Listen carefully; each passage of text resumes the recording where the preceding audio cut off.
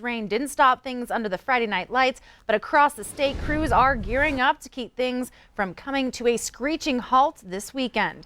Bob, what do we have heading our way?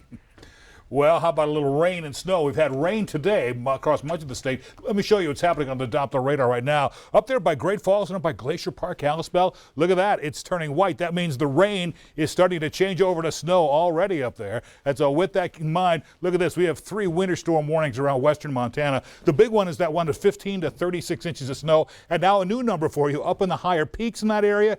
5 feet of snow is possible. Meanwhile, in the Beartooth, it's 10 to 16 inches of snow. Over by Missoula, it's more like 6 to 14 inches of snow with 1 to 3 inches of snow down in the valleys. And look at this, all around that we have a multitude of winter weather advisories and winter storm watches ranging anywhere from 1 to 3 inches of snow to about maybe 24 inches of snow over by Lewistown. And across the High Line, 4 to 6 inches of snow there. A flood watch over there by Glasgow due to prolonged rainfall coming in this weekend. A lake wind advisory around Fort Peck, and out in western Montana, probably just another 40 to 50 mile per hour winds going on out there. One more. Here's how much snow we're going to get out of this stuff. 2 to 4 feet of snow by Cutbank, 18 to 20 inches by Great Falls and Helena. Here in Billings, Miles City and Sheridan, we're going to get nothing.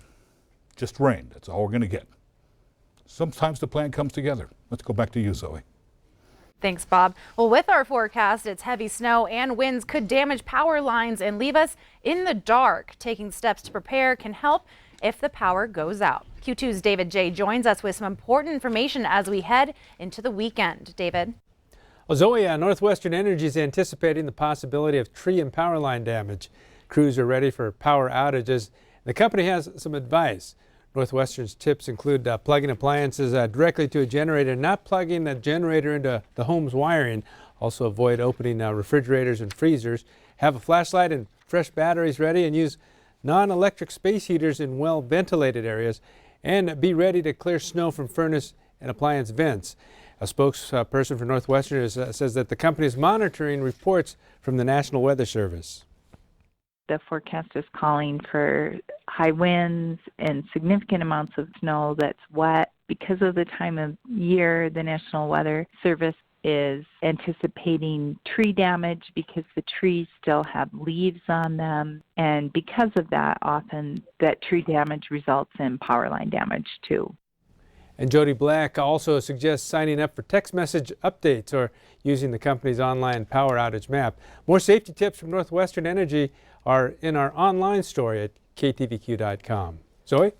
All right, thank you, David. Well, did you know that there are more than 500 Montana Department of Transportation snowplows across the state? Well, there are, and crews say they're ready to hit the roads and tackle this incoming storm. The Helena unit alone is responsible for 500 lane miles of road. And across the state in a major winter storm, MDT plows combined travel enough to circle the earth twice. Helena section crew leader Matt Comack says the vehicles are constantly maintained, especially since they're also used as dump trucks in the summer. So as the temperatures and snow start falling, look out for plows. MDT asks for the safety of everyone that drivers stay 5 car lengths behind a plow while it's clearing the road. Well, Bozeman is growing by the day, but that growth has brought some challenges. One of those challenges, organized crime. MTN's Cody Boyer has more. Bozeman City Police are still looking into what they say might be a series of connected, organized strategic strikes that happened in 2 places here in Bozeman, here at Orange Theory Fitness and at Zephyr Cycling Studio on the other side of town. Now, both detectives and business owners say this kind of organized crime comes with more people. Multiple victims, multiple vehicles. It just proves that Bozeman is expanding. From Billings to Bozeman, Detective Robert Vanuka says over 20 fitness center goers found themselves victims of planned smash and grabs. Mainly checkbooks, wallets, IDs, and other personal information were taken from dozens of cars. It just seemed to be so meticulous and so fast and so organized to be, basically within an hour hit 2 separate locations. To the detective, it shows that growing pains can come in scary ways. We like Bozeman. I love Bozeman. That's why I'm here. It's small, it's sleepy, but it really, in retrospect or in in reality, it's not. Every day it's getting bigger and bigger and bigger. And when it comes to crime, more people means more opportunity. As we increase, crime will eventually increase too, and people do feed off of that. According to detectives, as the city grows, crime grows. It's inevitable, and many others agree. This is a growing problem of its own. I was born and raised here, and I've never heard of something like this that was, strategic and planned. Breezy Cutler co-owns New Wave Float Therapy in the market west of downtown Bozeman and in a similar area as Wednesday morning's crimes. You could do your due diligence to make sure that all your safety precautions are in place, but with organized crime, that's sort of this wild card that you can't help yourself from. Detectives say the parking lots where this happened do not have surveillance cameras yet, and they are canvassing nearby businesses for footage that could point towards any clues.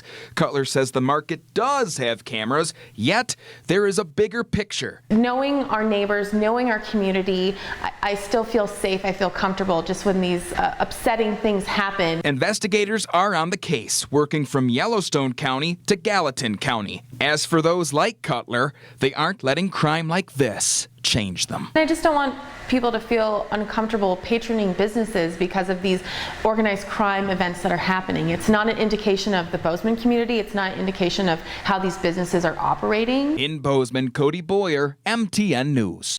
Thank you, Cody. And as always, remember to lock your doors, and if you notice anything suspicious, call the police. A proposed gravel pit in southwest Billings takes another step forward despite opposition. Today, Yellowstone County Commissioners approved a special zoning district for a controversial gravel mine at the former Oscar's Dreamland location.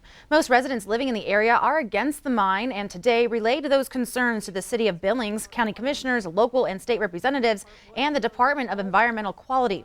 One major issue from neighbors is the potential impact of traffic and traffic safety. The good news for you, commissioners, is that my neighbors, your constituents, have created a solution for you to preserve the safety and beauty of this part of Yellowstone County. There's runners, there's bicyclists.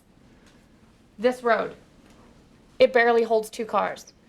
You put 2 semis on it, you barely have space to walk between them. Zoning Commission first public meeting, if you create this district, would not happen until after the 30-day protest period runs after the creation.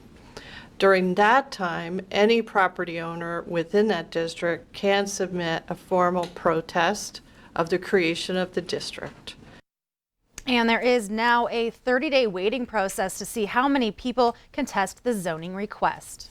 Well, coming up on the 10 o'clock news, neither rain nor snow can stop Saturday Live, but it will change where you'll find it this year. Check out all you need to know. And in sports, Scott has a full night of high school football, plus checks in with both your Cats and Grizz for tomorrow's conference openers. You're watching MTN News with Janelle Slade and Russ Riesinger. Storm Tracker weather with Bob McGuire. And sports with Scott Breen. This is the 10 o'clock news on Q2, Montana's news leader.